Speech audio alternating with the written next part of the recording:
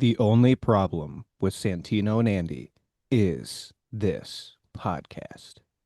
Live and direct from the Buckeye State, join filmmaker, producer, podcaster, entertainer Santino Vitale and his friend and loyal companion Andy Matsky as they discuss selections from all shades of cinema, from Oscar winners to exploitation. This is The Only Problem. I like the new intro. That's Yeah, I'm glad we got that. That was good. That was worth all the money I spent with the company, the think tank. hmm That's what they're called. The think tank that came up with that. That was good. I think that was worth it. yeah. I'm Um, surprised you didn't hire Don Pardo to do the announce. I mean, I know like he's dead, but like yeah, it wasn't in the budget. The Saturday Night consulting Live. Yeah, the that kind of consulting thing. company cost a lot of money. We're I can imagine. we're you know how you were talking about your credit card limit earlier? Yeah. That's why. That's why. Oh, Yeah, I yeah. spent So it all on that. you might be kind of in debt for this then. Yeah. Oh yeah, that's the nice way to put it. And they only gave you a paper. They didn't like They put it record the thing. they put it on my phone. Oh, wow. So they Yeah. couldn't even print it out. How much did you pay for that? And they Don't didn't worry print about it it. out. We'll just get into the show. Hi, I'm the friend and loyal companion. My name is Andy Matsky. I'm joined as always. Well, he's joined always by me, I guess. We're That's joined San. by each other, We're joined by each other, congenial twins. We're just joined together. together by Zoom. hmm That's Santino Vitale, and we are here this week to talk about a very special film. I normally say the year of the film, but I'm not sure. I didn't look that up this time. I think it's This 1976. I think. 1976's hmm The Creature from Black Lake, which is a classic in the subgenre of 70s Bigfoot films. When you're hmm talking about 70s Bigfoot films, it doesn't get much better than Creature from Black Lake, unless you want to like throw in a movie like, The Legend of Boggy Creek. But we are here to talk about that movie. Santino has never seen it before, and from what I hear, guys, he loved it. Like Santino and I saw each other a couple of days ago over the weekend. We were hanging out, and he was like, "Hey, man, I just want to thank you for showing me this film. My eyes were opened. I feel like a new man." And that's all he told me. I don't know anything else, but um, we typically do a summary at the beginning of the episodes, right? Yeah, yeah. So if I could summarize this episode, This episode of the movie. well, both really, because if I could episode this summary, I think what I would say is that it's kind of Boggy Creek light. Like it's two two anthropology students from Chicago. And by students, I'm using that term very loosely because Air quotes, students. the one guy I swear was like 50. And they go down to the south because they've heard about this Bigfoot creature and they're gonna capture it on, I guess, audio recording. They didn't really bring a camera with them or any other way of proving this thing. They brought some guns. They have a camera in the end of the Uh, movie. yeah, I guess they kind of do, Did but they take a picture of the thing? no, We'll get and there. Oh. they didn't do much. So yeah, To so be fair, basically, to defend another to yeah defend another movie. This is Legend of Boggy Creek 2 and the Legend Continues Light, which is a movie that came after this. This right. is not. I want to defend Legend of Boggy Creek real quick, and maybe mildly throw a movie that I love equally as much under the bus. But yeah, yeah. Yeah, it's that's pretty much the movie in a nutshell. They go down there, they talk to a bunch of the locals. The locals pretty much tell them get lost. The sheriff is incredibly patient, but also incredibly stern with them. It's like you boys need to be getting along now. You don't need to be bothering our citizens You're and welcome screwing up here, no but nothing. you can't. Can't be You talking don't got about to go that home. creature. Yeah. And that was basically like the whole movie for like a solid hour. And then eventually, Jack Elam, who shows up in this movie with his eyes, which some of our eagle-eyed viewers may recognize the name Jack Elam from such classics as I believe he was in Kiss Me Deadly. He was in a bunch of things. He's usually always the goon or the henchman. He was also in Roger Corman's Girl in Lover's Lane, which, if you haven't seen that, is a classic. I have Mystery not Science seen that. Theater covered it, but it is Then not maybe I did. really.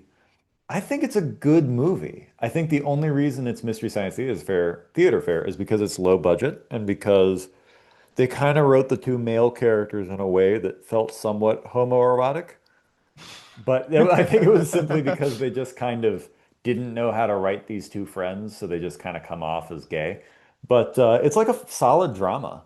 And Jack Elam's like the village creep in that. But anyway, so he's in this movie, and in this one, he's the town drunk. And he's the one whose, I think, fishing companion gets killed by the creature in the beginning of the movie. And yeah, so through the movie, they just try to talk to people and they stir up some trouble. And then they kind of make out with these two redheads for a little bit. And then it turns out the one is the sheriff's daughter. And then he busts up the party and throws them in jail for a bit.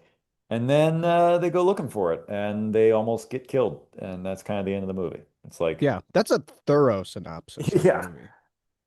well, that's all that happens in a movie. So this is Yeah, 91 minutes, and that's kind of all that happens in the movie to kind of ease the listeners into a bit I of what I mean, feel here. to be fair, it's a like 1970s B movie. Yeah, and they were always really heavy on talking and really low on anything happening.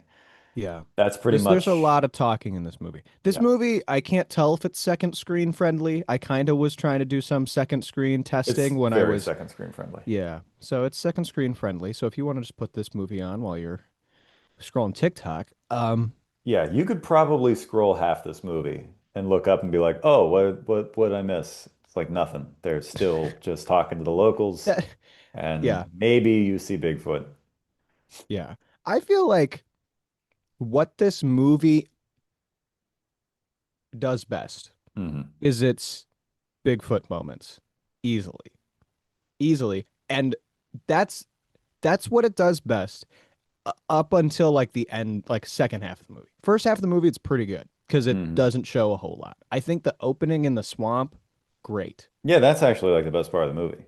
Because Opening in the I swamp, yeah, think I turned and I commented to Dad, who sat through this as well, and I commented, when they had only shown like the legs of the creature and it was wet and water was dripping off it, it I remember commenting like, the water here is kind of helping. It's doing a lot of heavy lifting because the yeah. one problem you always run into with Bigfoot suits or ape suits is the hair tends to just kind of poof around. And so the wet hair actually made it look more realistic until you see more of it. And then you realize they really didn't even put makeup or a mask on the guy's face. They It's kind just of kind put a. of, I feel like they put like a mask over him. They gave him a like a caveman mask, that's about and it. that's Yeah. and they made him a little lanky, Yeah. kinda, and I like that. I like a lanky Bigfoot in You my like a lean, long, yeah. cool Bigfoot then. Yeah, and they kind of give that in those first shots in the Spaghetti movie Bigfoot. of the thing. It is like you see its legs and it's kind of its hanging wet arm. I Hmm. think I think the hand coming out from underneath the water and then those shots are great. I think they're pretty darn cool. Those are cool. I couldn't help but wonder and feel bad for how whoever had to be under the water in that suit and then lift. That's like some nasty, scummy water that they were in. Yeah, I just kept thinking they probably got like an amoeba and died or something. Like that's what I was thinking when I watched it. But yeah. for the those listening, The real creature Black Lake was that little amoeba, the brain-eating yeah, amoeba. the brain-eating amoeba. Um, So interestingly, the movie is actually shot better than it deserves. It's It's shot, shot so good. and you should Mm. know why it's shot so good. The name should be familiar to you. I know less than I should about this, but I know it's a guy. He did Halloween, Dean Cundy, correct? this is Yeah, correct. He did Halloween, he did Jurassic Park, he did The Parent that's Trap, right. he did basically every massive, great thing that you've seen since like 1975. And this was like one of his first movies. Um, the whole movie, I don't know if it was just the copy that I found on Tubi or what it was, but the whole movie felt like it was slightly lower frame rate. It was kind of choppy. And I don't know if like, There's some moments like that, but it's probably there's a really good restoration out now on Blu-ray yeah, I by didn't have insert Blu-ray. title person here. Hmm. That's what I saw it on, and this movie looks good. Hmm. Like pretty, but there are some moments, especially in those first couple shots, Hmm. that are like slowed down poorly. And Yeah, there's a there's a couple lot other of moments like that. post-process slow motion, which I detest. You get in the Okay, edit bay and you're like, oh, this should be slower, and then you just double every other frame, and it just looks terrible. yeah. Other Dean Cundy uh credits include Jurassic Park, as you already said, Apollo 13, Who Hmm. Framed Roger Rabbit, Escape from New York. Recently, you may have seen his work in The Mandalorian Hmm. or Diablo, Yeah, he's still working. He's an old or dude now, but he's still working. you may know him from Roadhouse Hmm. or The West Wing, Garfield the Movie, Looney Tunes Back in Action, Hmm. Religion and Ethics News Weekly. Yeah, he's worked extensively with John Carpenter too. You know, Escape from New York and all that is and Halloween and The Thing. He's Dean Cundey is just he's one of the greats. And so Yes. this movie had good visuals. I can Yeah. definitely give it points for that.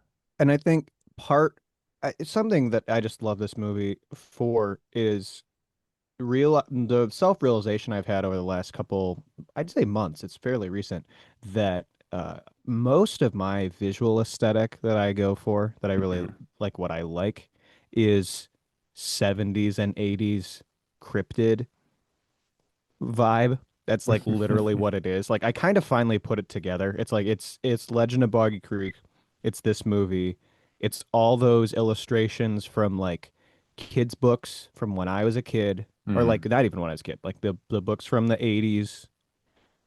It's those weird looking, clearly fake Bigfoot photos. That like that's what I really that implanted a seed early in my mind of like anamorphic swamps like that's what I'm always going for, right? And Hmm. so a movie like this, I could probably watch this movie. We made jokes about this on the show, without like there being any dialogue, and I'd probably still be like, I'd like it like the proportion of me liking it would not change much. Like I'd there's still like 60 to 70% of why I just think this movie's really cool is that look. And what that look is, for one thing, it's really long. So what that means is, at least like in some of the shots, it's shot from very far away on like telephoto lenses. Yeah, that's So the 70s look for sure. I like that. I like that look a lot. Um, Especially because I think wide is just so overdone Hmm. because I'm that pretentious. Yeah, you're a film And bro so now. and so I really like that. And I like how simple the lighting is. There will Mhm. be like a light on the person and then there'll be a backlight. And that's like so like a light in front and a light behind and Yep. that's it. And it's but they're put in the right places and they look really good.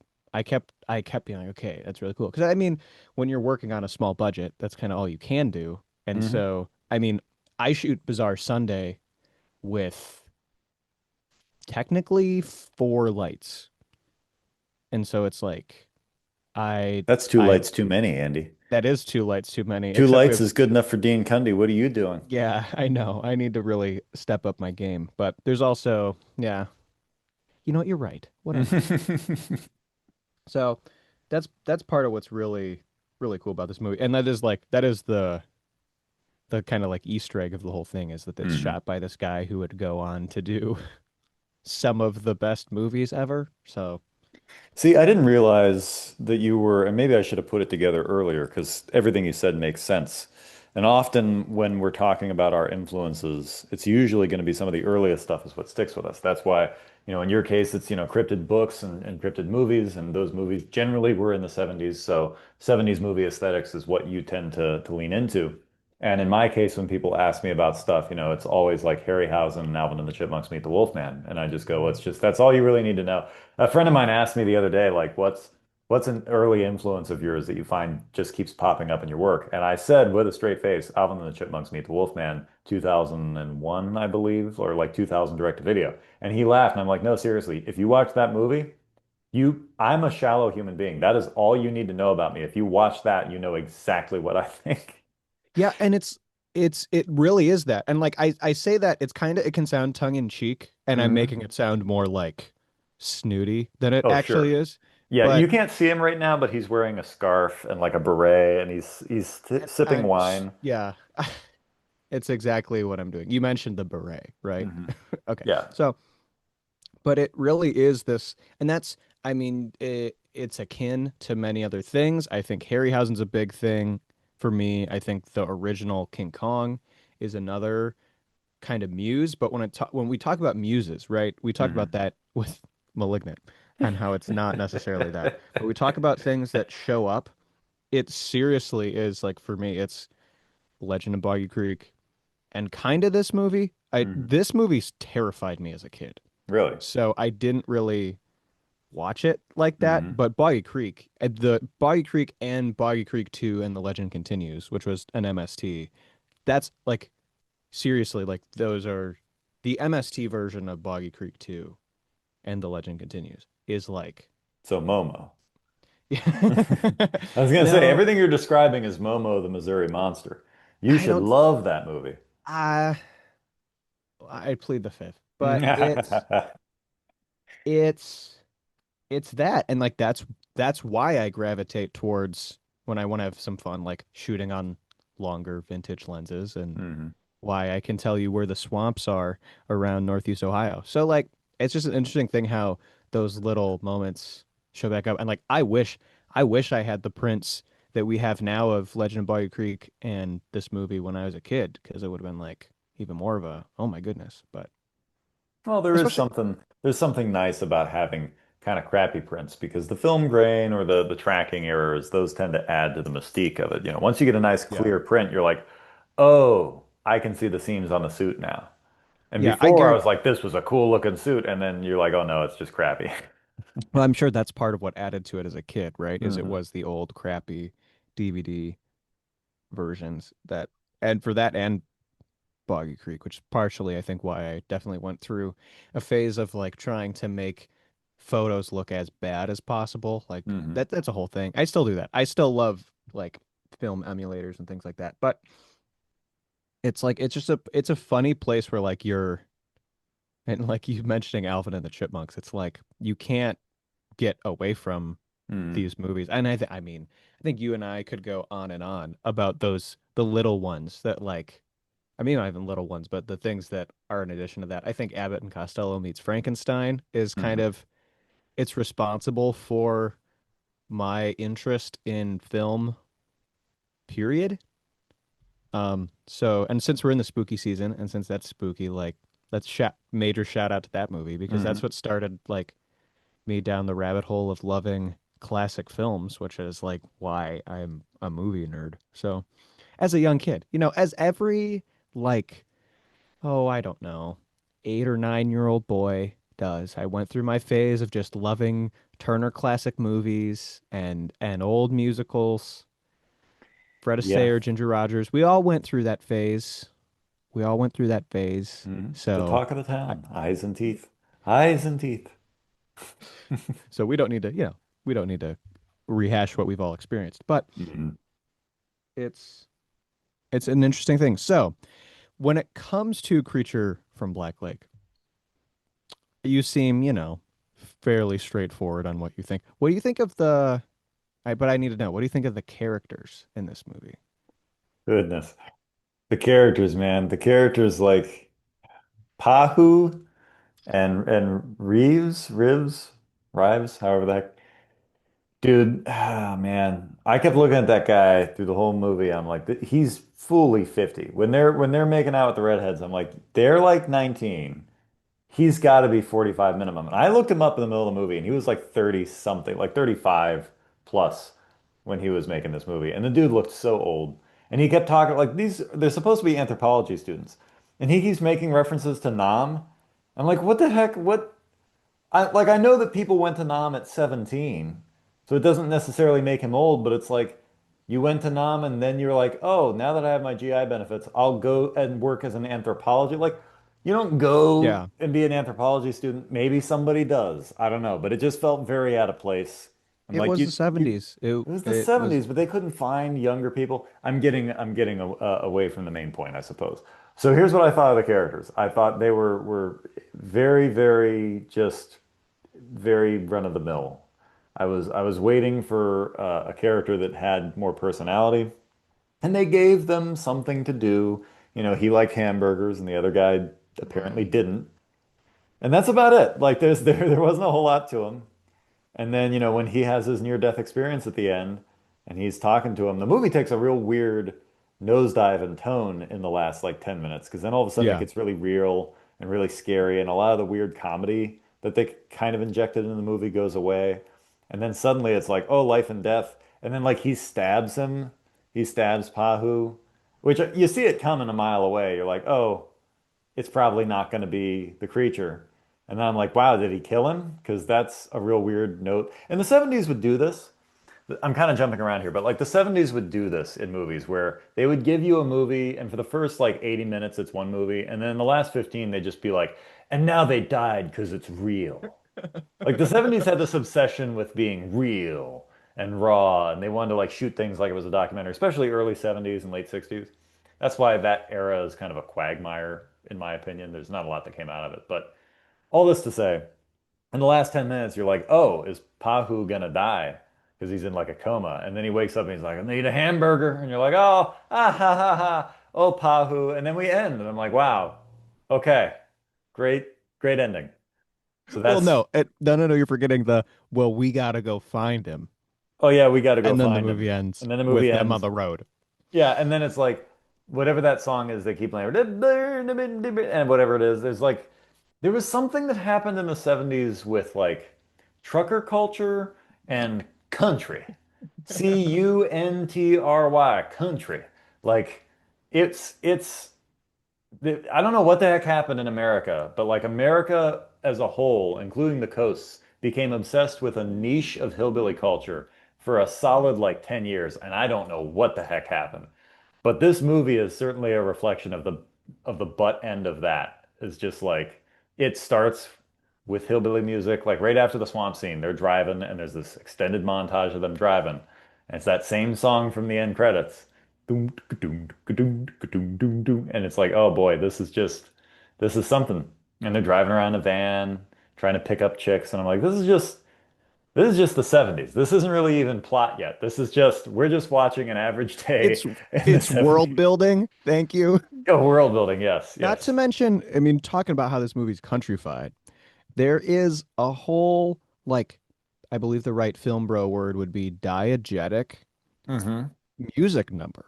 Yeah. Like they're playing bluegrass pretty Hmm. much On in the the porch. movie, Hmm. and like Reeves is ham boning, and Yeah, on a harmonica. Pahu's having the time of his life. Which that whole It was like a part of the Muppets movie, jug band. I I don't know wish, what the heck yes, happened. it's exactly that, and that's what makes it great. And you need to learn to love it for that. I'm surprised. I'll cut to the chase. I feel like you'd love this movie on a it's so bad it's good level. I would if it weren't so boring. There's I think nothing happening for long stretches, and there's not enough random stuff happening. Like, there was a moment when they arrive in town and they go to the, you know what I'm talking about, and they go into the restaurant, and the waitress is just like, what? Like, there's all this weird yeah, stuff I with the feel like waitress. the waitress should be your favorite part of the movie She was. because then She they wasn't in play it the enough. next time they're in the restaurant, they Hmm. play the tape. Gets scared and drops the Yeah. food, and freaks out and just She has starts a throwing it tantrum. at him. Right. Yeah. But the weird thing is she has a tantrum. She's looking and like brushing herself off as if she got food on her, and her white uniform is spotless. And she's like foaming at the mouth. She's making inhuman sounds. And it's meant to play for laughs, and you're like, what the heck? What is this? Did they think this is how people act? So yeah, that's amazing. If the whole movie was just moments like that, it'd be a great movie. Instead, it's like 2 moments of that, and then an hour of nothing, and then some Bigfoot stuff, and then 10 more minutes of basically nothing, and then doom, doom, doom, doom, doom, doom, doom, and that's it. I think It's if just not enough. the whole movie needed to be at the grandpa and grandma and a fully adult grandchild Hmm. house. Like, I Yeah. think the whole movie needed to be there because that part of the movie. And hey, I gave you your challenge of remaking the movie, Hmm. and I'm showing my hand now. You could play so much of that more for laughs Oh yeah. that I really wish they had. Because one of them too is like, you just want to make us look like a bunch of dumb hillbillies. He's like, Hmm. then loses his mind. This grandpa guy, they're all crazy. They're all crazy. They come to this house, and it's like a grown man who's like their same vague college age. Somewhere between like 20 and 50. Yeah, between 20 and 49. Yeah. And he tells the story about them seeing the creature, and Hmm. then they drove off in a frenzy, and then they crashed into a tree, and my mom and pa died that day. And Yeah. he's been living with his grandma and grandpa ever since in this like little shed, in this Muppets jug band shed. And Out in the swamp. And by the way, it is there's a lot of flashbacks in this movie. This oh my movie god, is flashback heavy. the Every flashbacks time somebody has a story, it's a flashback.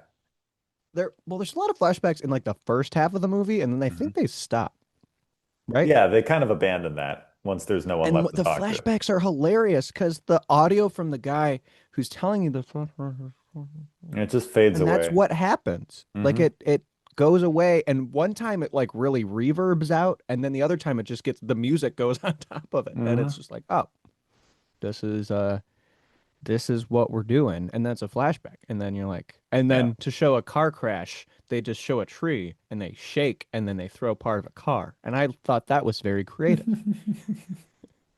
We got to remember that one. Hmm. Maybe some dust up in the air, and And it's some like dust. Fender. Yep.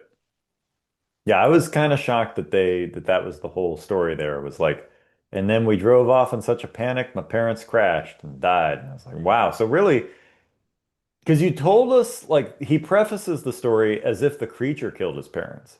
And then when he actually tells it, what really is the case is they were just panicky, terrible drivers. And it's kind of their fault. Like if they would have just taken the turn a little slower, like the creature wasn't chasing them. They Yeah. just drove out of there like a bat out of hell and died. And it's like, well, so your parents it's kind of their fault. So yeah, there's a lot of moments in the movie where stuff like that happens. And I like that when they pull up and the grandpa at first is like, I don't want to talk to you, you're gonna make us look stupid, blah blah blah. And then they're like, how about 25 bucks or whatever? He's like, oh yeah, and then he invites him to dinner. It's like you got bought off super easy. I Yeah, don't yeah, know. like for I need to check the math real quick, but Adjusted for inflation, that might be like $50 today. yeah, in It's 1976, not a lot of money. worth today, $142.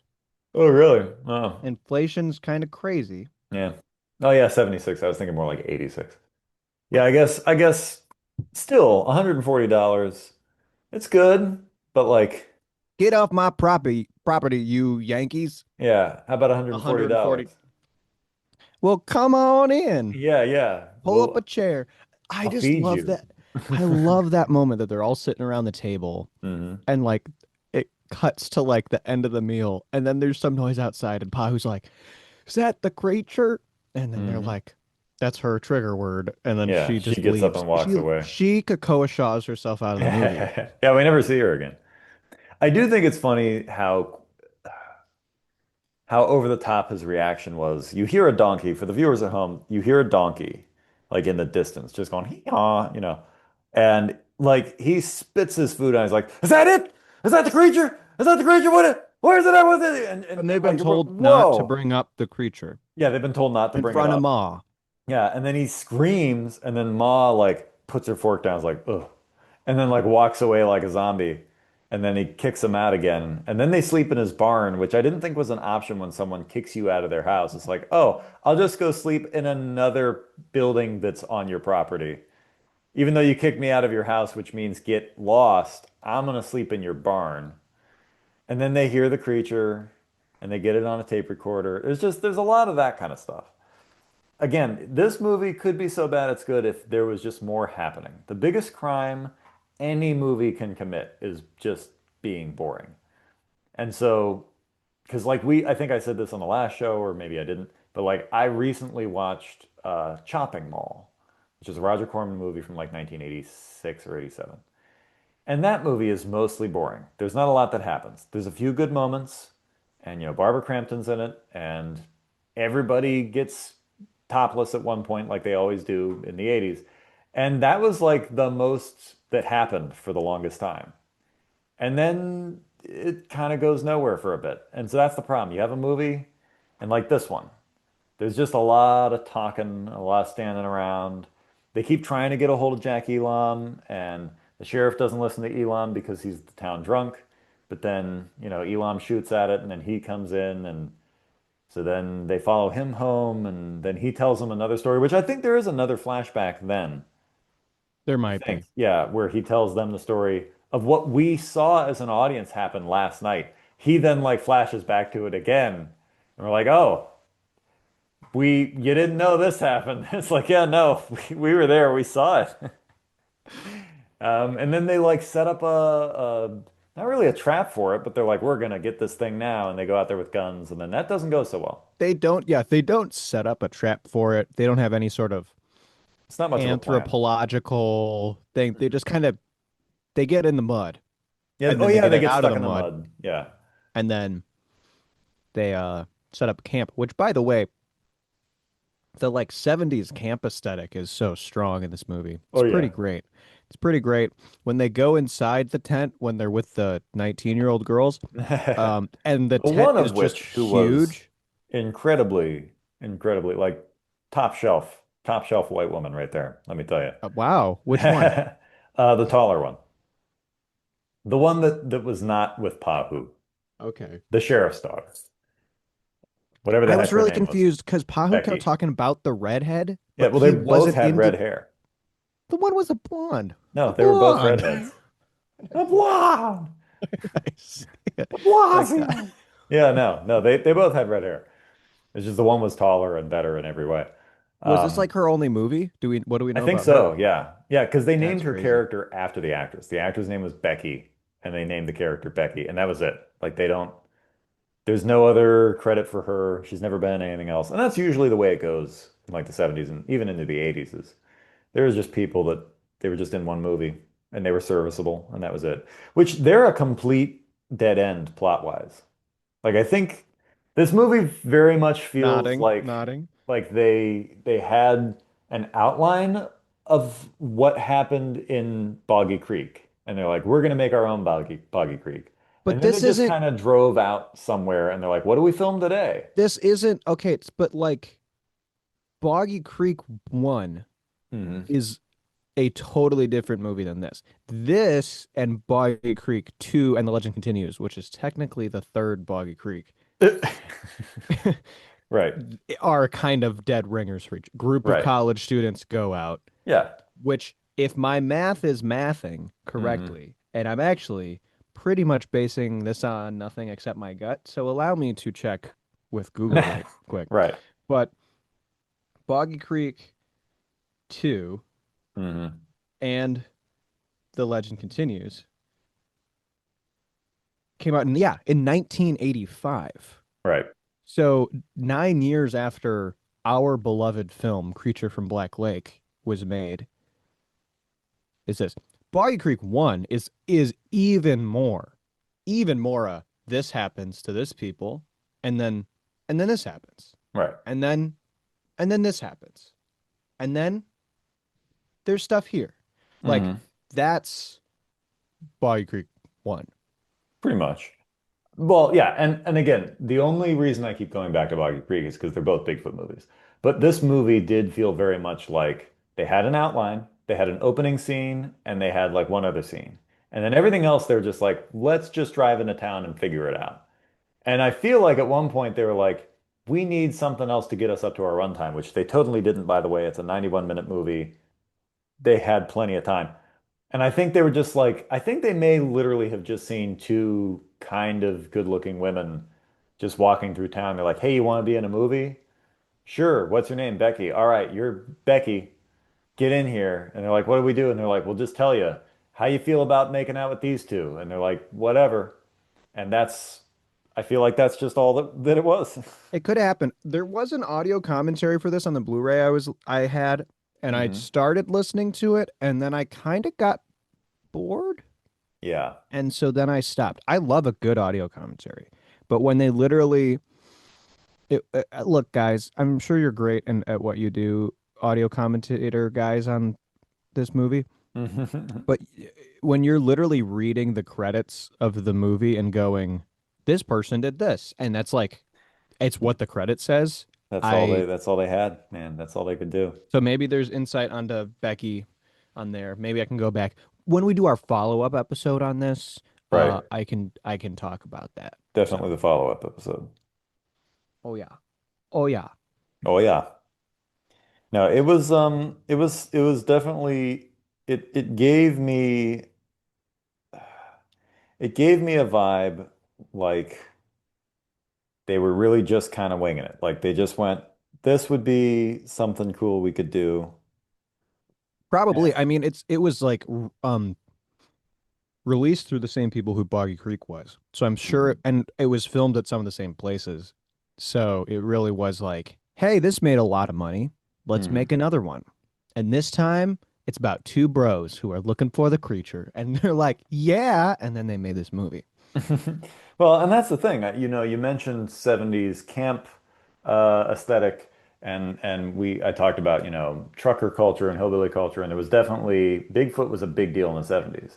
I think I told you already, but maybe for the listeners at home, my own father was mistaken for Bigfoot once when he was a teenager, and the sheriff almost shot him because there was a rather mildly famous Bigfoot sighting in a strip mine in like East Canton or something in like 72.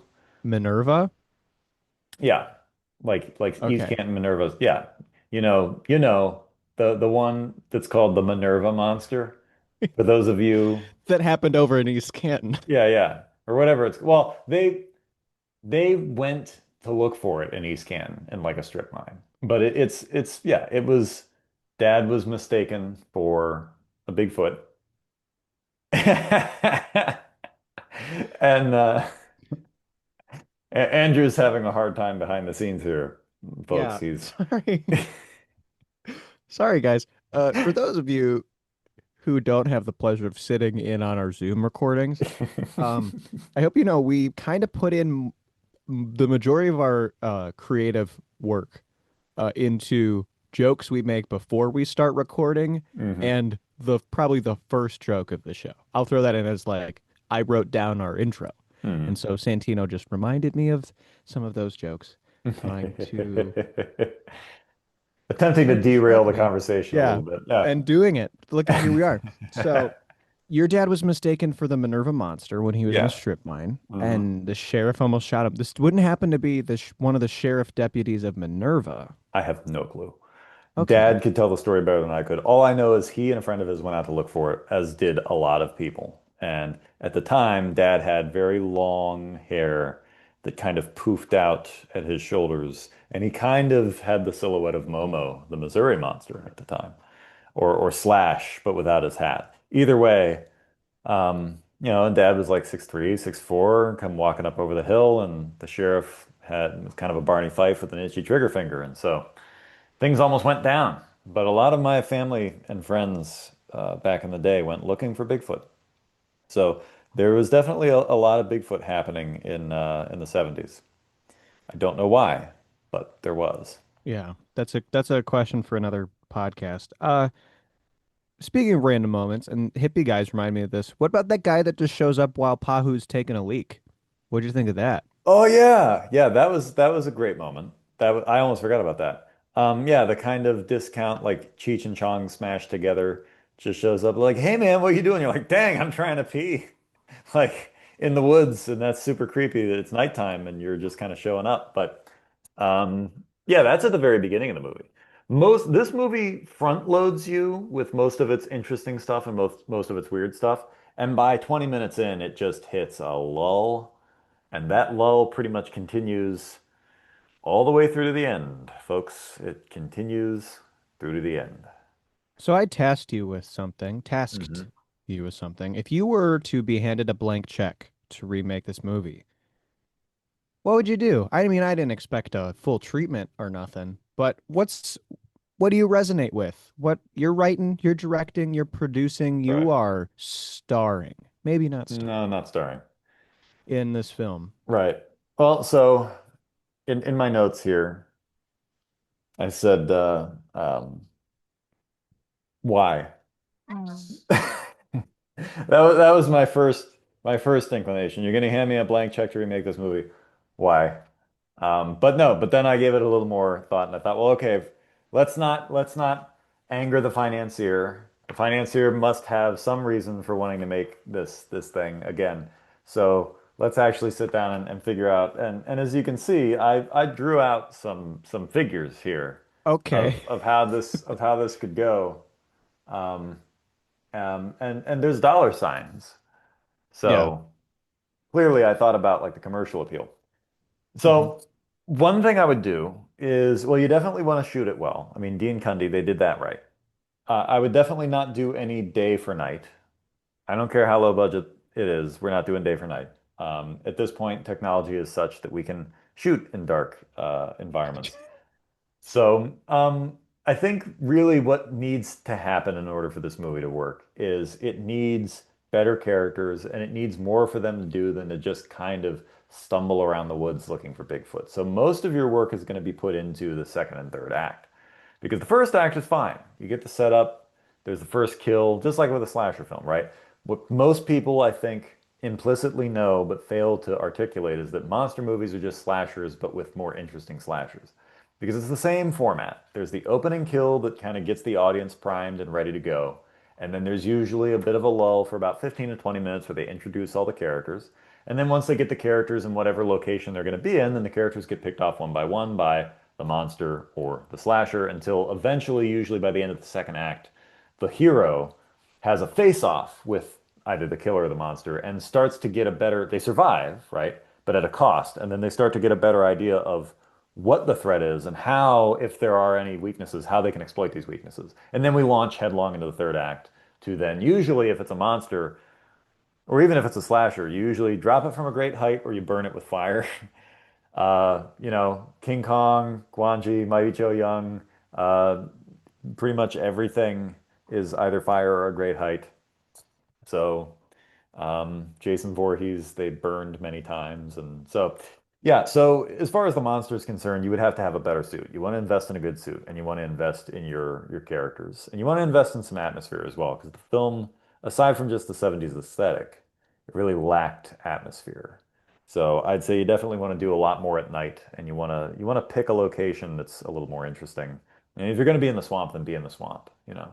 Maybe even have it set like when you go if you're going to capitalize on the grandparents, have it set in like one of those stilt houses in a swamp, and then like just crank up the atmosphere to 11 with like fog and bugs and weird color Yeah. tints This and movie is swamp adjacent yeah, for it's the swamp majority of adjacent. it. It's mostly just camp. It's just camp core basically. And then yeah, you really want to just I cannot emphasize enough how much you just need some subplots that the audience cares about, or you need the monster to be more aggressive and more present for most of the So, movie. so would you make it more funny? Would you make it more serious? Would you do a bit of both? What are we thinking? Because I think you could do something really funny by making it essentially a spoof of itself. You could go that direction, but Hmm. that's overdone. Or I think it would be really fun. And I was thinking about this as I was watching it and thinking what I'd do. And I don't necessarily know how you execute this, but if you get that like first kill, Hmm. and then your movie could then be explaining how maybe that first kill is justified. You know, rip off Legend of Bayou Creek 2 and the legend continues. Maybe there's like a Sasquatch kid involved. And so it's like, oh, that's why the first kill happened. But then you finally encounter the creature and it just lets loose. Right. And that, like, you throw that out the window. And it's like, no, this thing's just out of its mind. This thing's an animal. Rawr. So then what do you do with the little one now that you've established I it? Do don't you do know if like we do a little one. What's another thing we could do in that direct, like you're stealing its jewels? stealing its jewels? Me pot of gold. I think you're confusing Sasquatch with leprechauns. They both have big feet for their size, but not Yeah. quite the same thing. I mean, you could do something along the lines of a young Sasquatch. Harry and the Hendersons kind of hinted at a little bit of that. You And got the hiccups right now? yeah, it's all the seltzer water and Uh, pretzels that I'm drinking. Um, I think I'm eating seltzer water and I'm drinking pretzels, guys. I think yeah. what you could do is you could get it so that I mean you could almost go in kind of a Lost World direction where like you take the baby for research and then the mother comes in and just flips the cabin or something. But really, what you would have to do is there's no way to play this serious and have it come off. You would have to play it as a comedy. And you would have to play the comedy not as a spoof, but just more in the direction of like Black Sheep or something where you just kind of swing for the fences with it, but you stay grounded at least in the reality that you create, right? Like this isn't Naked Gun, this isn't Yeah. Airplane, like this isn't prop comedy, right? But you definitely, Cocaine Bear, like it's bloody, it's crazy, it's super violent, the characters are interesting, and you just have a lot of action. You basically need nonstop action, and you need people. You could treat it like a siege movie where they get held up and they hold up in like a cabin, like Night of the Living Dead style. And if that's the case, then it could be more than one creature if you really want to pull out the stops or just one exceptionally large Bigfoot. Because the other problem with a lot of these old Bigfoot movies is they're always just average height guys in suits. And sometimes they might be wearing some lifts in their shoes. If you had a Bigfoot and could manage it with a bit of forced perspective or some creative effects work, where the thing was like truly 9 feet tall, the way a lot of the reports are, I don't think people, even the people making the reports, I don't think they realize how tall 9 feet really is. It's Halloween right now. If you go into Home Depot or Menards, look at their giant skeleton displays or their giant scarecrow displays. Those skeletons are about 9 or 10 feet tall and they're massive. We saw another one that was a giant scarecrow. It was 15 feet. And you don't realize how darn big 15 feet is until you stand in front of it. If there was a Sasquatch in a movie that was 9 to 10 feet tall, literally 9 to 10 feet tall, that would be, I mean, the cave troll in Lord of the Rings, I think, was about 10 to 12 feet high. And the thing was massive. So imagine that. That would be That'd be a cool. cool I creature. that'd be really cool. Right. Almost like more akin to Mighty Joe Young.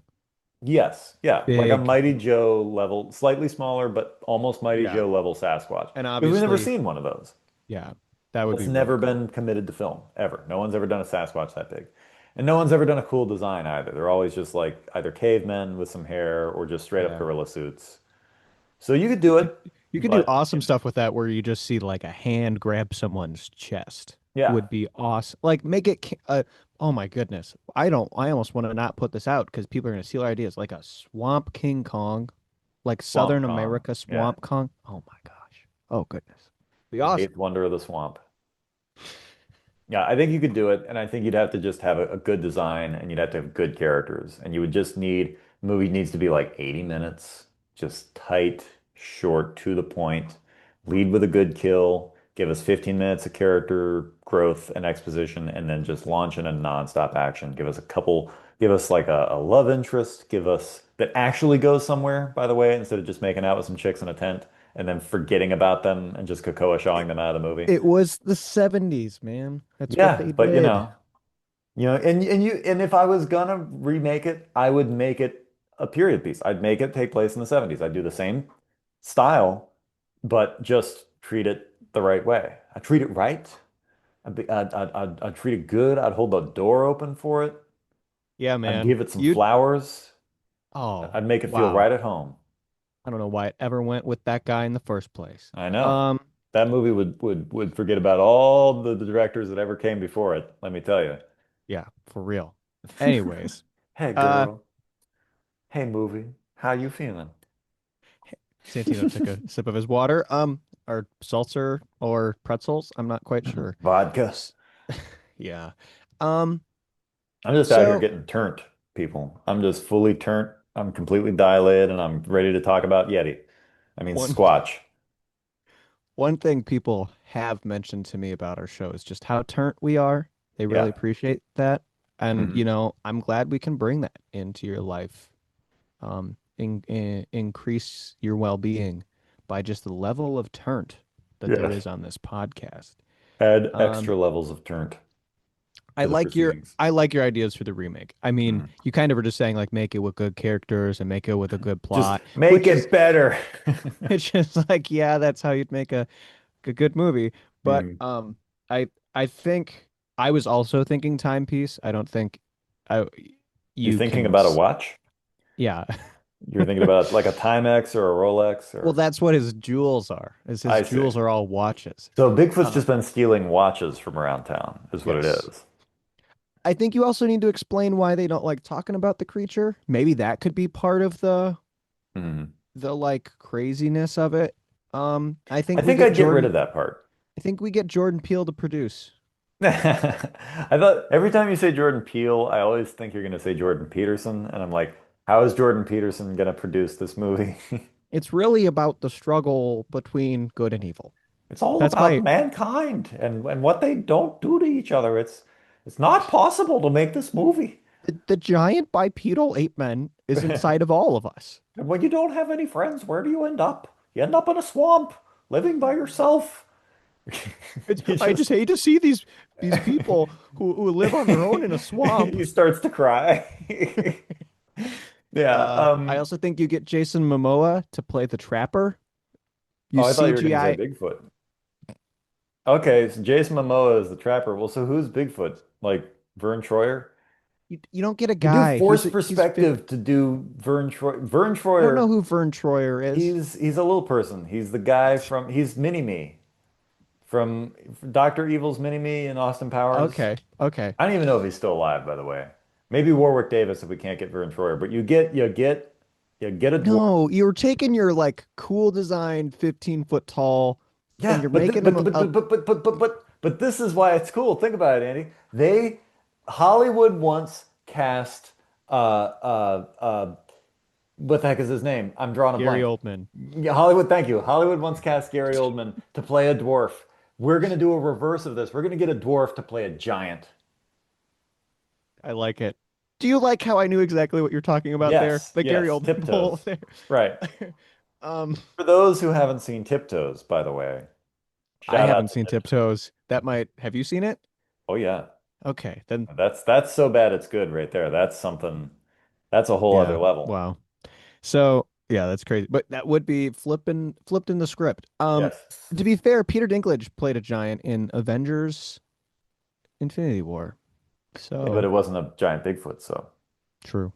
Now, True. if we could get Peter Dinklage to be in the movie, that could add some He real. plays Pahu. Yeah, no, no, no, no, no. He's got to be Bigfoot. That could add a real. That could add some pretension, some much needed pretension Ooh, to the ooh. proceedings. Who do you think? You could do it all with a French accent like he had in Tiptoes. Who do you think you'd get to play Pahu?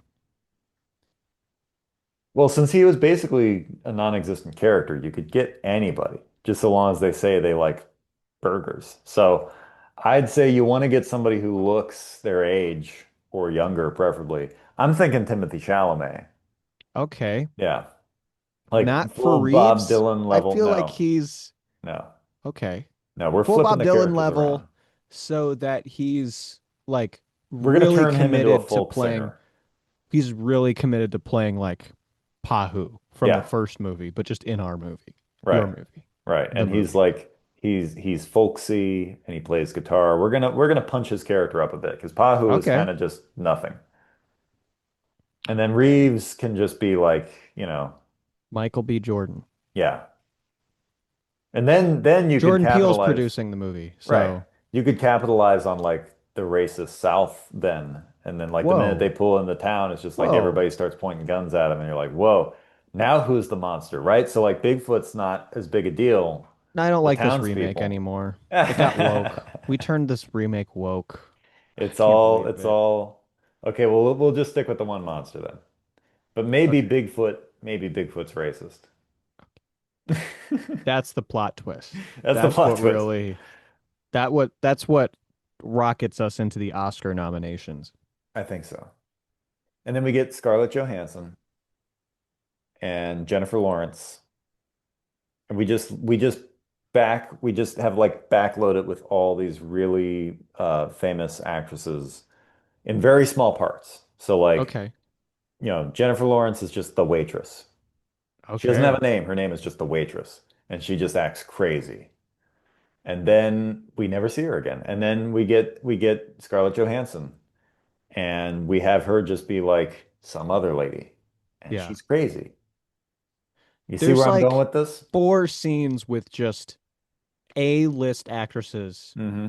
who are they just end their scenes end with them supposedly being upset about being covered in something, Right. but they're not, But they're and not. throwing stuff at our Hmm. lead characters. Yeah. We need a lot of recurring jokes of people getting covered in something that they're not actually covered in and then being really mad. And then for Yes. the sheriff, I know exactly who I want for the sheriff. And I'm dead serious about this part. Like I really gave this one a lot of thought. I want Clint Howard as the sheriff because he's not getting enough work these days. Okay. And he perfectly fits the character. Or maybe Grandpa, maybe Grandpa. I could be flexible Okay. on that. Okay. Who He are might you fit Grandpa casting better. as Reeves, by the way? Do you have a Well, not really. I didn't have a good one for Reeves. What's your okay. suggestion? I mean, I said Michael B. Jordan kind of tongue in cheek. I don't know if I Hmm. have a serious who do I want to see as like our handsome lead anthropology student? You already said Chalamet. You could Um, change it up. You could do a gender swap, and then it's a woman. It's a woman and a guy, but they're not together. I don't know if I like that. She could be like Reeves, like a nerdy anthropology student. she's played by Millie Bobby Brown. I said somebody who looks their age. I don't know which way she goes She for looks you. like 45. What do you mean Okay. for me? The internet's in agreement, Andy. She looks like she's 45. We need Millie somebody who, Bobby Brown? yeah, Millie Bobby Millie. She looks like she's like 45. We need Yeah, somebody younger who here. looks, I just saw that girl who's in the Megan Maya movies. Hawke would make a great Perfect. Reeves. Perfect. There we go. She's And got it's the net height and yeah. she's got the personality and she's been in the things, but she's interesting. Maya Hawke and Timothy Chalamet as Hmm. Pahu. Right. Think about it. Think about it. Jason Momoa as the trapper. Hmm. Hmm. And Are we so sticking instead of with that? Jack Elam's part, we're doing so he's Jack It's Elam's part. yeah, he's Jack Elam, and you give Okay. him a CG lazy eye. CG lazy eye. You don't even have to do CG because I know you never saw 12 Monkeys, but Brad Pitt's crazy in that and he has like a wall eye and they put a contact in there and just moved it over slightly. And Okay, so so we could do that. mhm. And I think what you really need is you need like a guest appearance by Bruce Springsteen. He could be the sheriff because his sister used to act. She was in the sequels to Sleepaway Camp. She was like the main person. No, it's too. He needs to be the barber. Oh, the barber? Okay. Yeah, massive part right there. The barber. And Bruce Yeah, Springsteen as the barber. yeah. He's the barber. The And he says sheriff. everything in like song, but it's not a musical and there's no music playing. You He need. just sings the answers like that. And you're like, dang. Yeah, and like reverse shot is just like a normal reaction to it, Hmm. right? Yeah. Yeah. And like all the And then like people, he bumps into his assistant lady, who's hmm, played by insert A-list actress. Emily Um, Blunt. played by Emily Blunt, and Hmm. she's fine, but she loses her mind and she Right, throws. right. She gets mad and starts throwing barbicide at him. But like the great thing is all of the people that like his patrons that frequent the place, they all have a lot of like shaving scars because he sings and like all He the like is time and he's jerky like around. constantly like slicing them up and they're just like but he's the only barber in town so we kind of have to deal with it. And so we're introduced to the character of the grandson in this scene, and we only see him from one side of his head until he Hmm. goes to leave, and then he And it's turns, like and it's only oh. half a haircut. Now you I know we see, said no prop comedy, but come yeah, on. that's a fun joke. The thing is, the guy who played the grandson kind of reminded me of Chris Penn, Sean Penn's younger brother, who's now deceased. It's too bad he's not around anymore. So we might have to get Jonah Hill to be the grandson. Jonah Hill. Hmm I like it. hmm Which, Who if we couldn't get Timothy Chalamet to be Pahu, we could get Michael Cera, but I feel like he's a little bit played right now. Oh man, you maybe shouldn't have said that. I might want to get Michael Cera now because he's clearly older than Maya Hawke, Yeah. and No, I well, but love. not really. No. And let me write Yeah. this. The whole "I was a nom" thing would play hmm so well with Michael Cera. It would, especially That since he looks like he couldn't survive a day in Nam. if he's like, yeah, when I was a nom, like Well, when I was in Nam, when people were shooting at me. full Scott Pilgrim, like, Oh gosh. Yeah. uh, So okay, so we swap out Timothy Chalamet. It's 100%. We get Michael Cera in there. We get Maya Hawke, and we just go for it, I think is the answer here. yeah.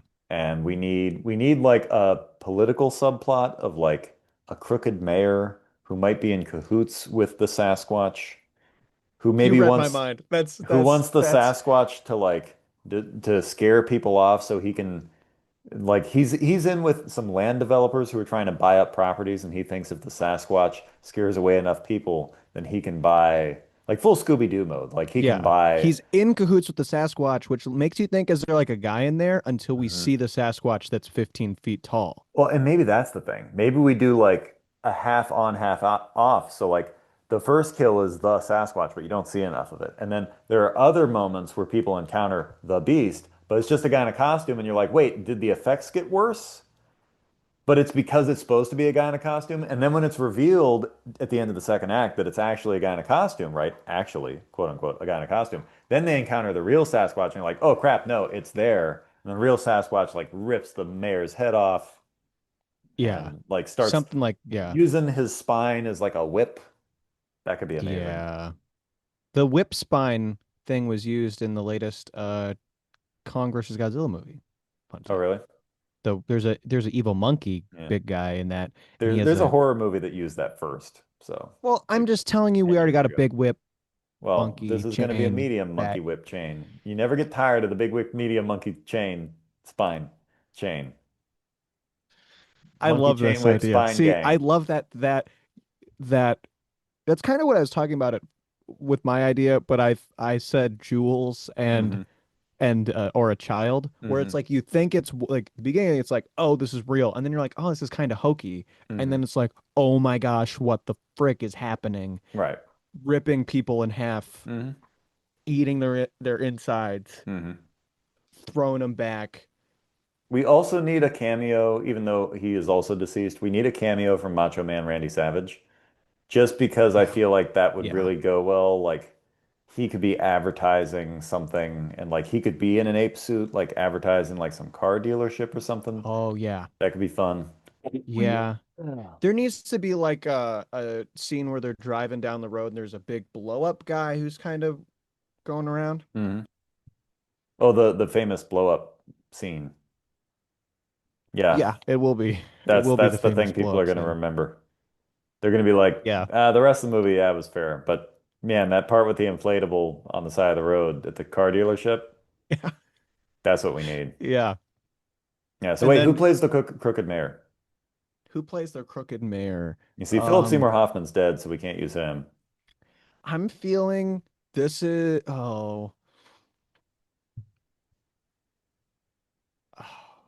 crooked mayor. See, who's the name of the actor who played the the principal in Weapons?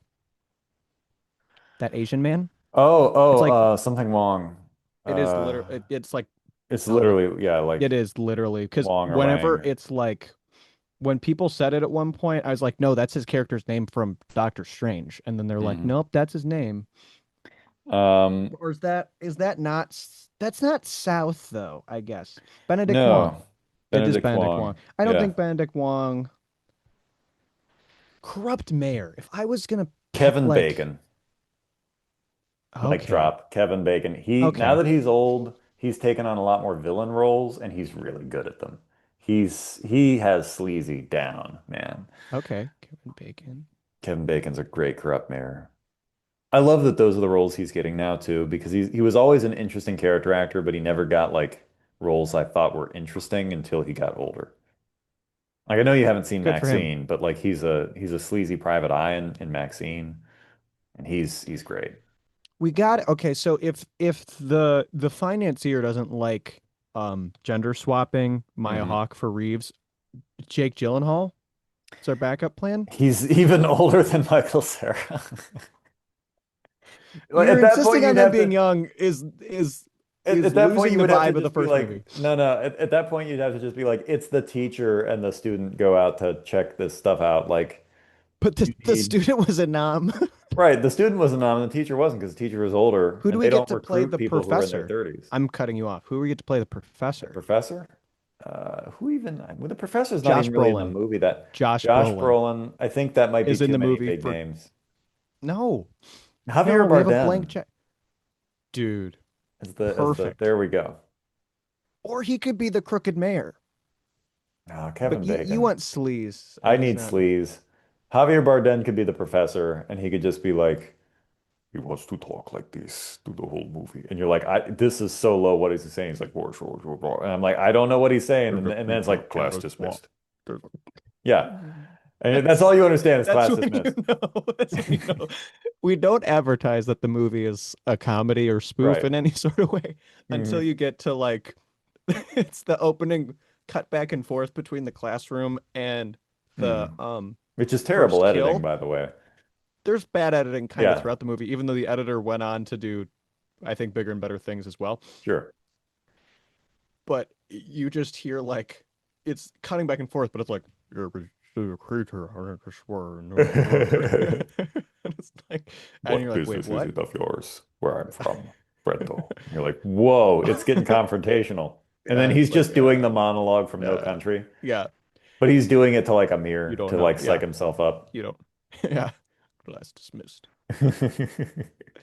Bell rings, and then Mhm. title, and then it's Yep. like, do do do do do do do do do of the Cars song. No, Yeah, because it's whatever not the that was. 70s. No.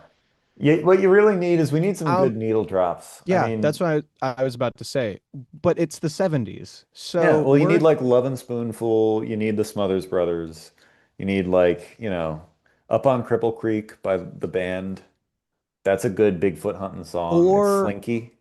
like it could start with The Night They Drove Old Dixie Down by the band, Could which be. I mean, if really you want to sets the stick with it, scene. yeah. If you want to stick with that Southern thing, Yeah. or you could go in the opposite direction and just be like all metal, just like all, No, I just we just got it. just I need straight up banjo. I need banjo. metal banjo. You need banjo. Um, maybe like Rock Me on the Water has Okay. to be a The that nights the needs to light be went one. out in Georgia, or the night the lights went That's out in a Georgia. 80s song, I'm pretty sure. Ah, This is very important. ah, We need an answer right now. the night the lights went out in Georgia. Our movie takes place in 1976 Wait a minute. 1991? by Reba There's no McEntire. Yeah. way. Really? Wait a minute. Is there not a... No, It's a here we go. Here we cover. go. Here It's we a go. cover, but Reba's Yeah, is the better one. 1972. But The Reba, Southern Gothic Murder Ballad by Bobby Russell. we don't want Bobby Russell. Yeah, we want Bobby Russell. It's more authentic. 1972, man. Okay, fine. I'm also thinking, hmm, let me, We need like maybe a some, weird disco moment. that's what I was gonna say. We need like something funky. Yeah. Um, why Just do like fools, briefly. why do fools fall in love by, I forget who it, why do fools, I Well, that's can't that's an spell. answer I don't have. No, I'm looking it up. No, that's not the name of the song. The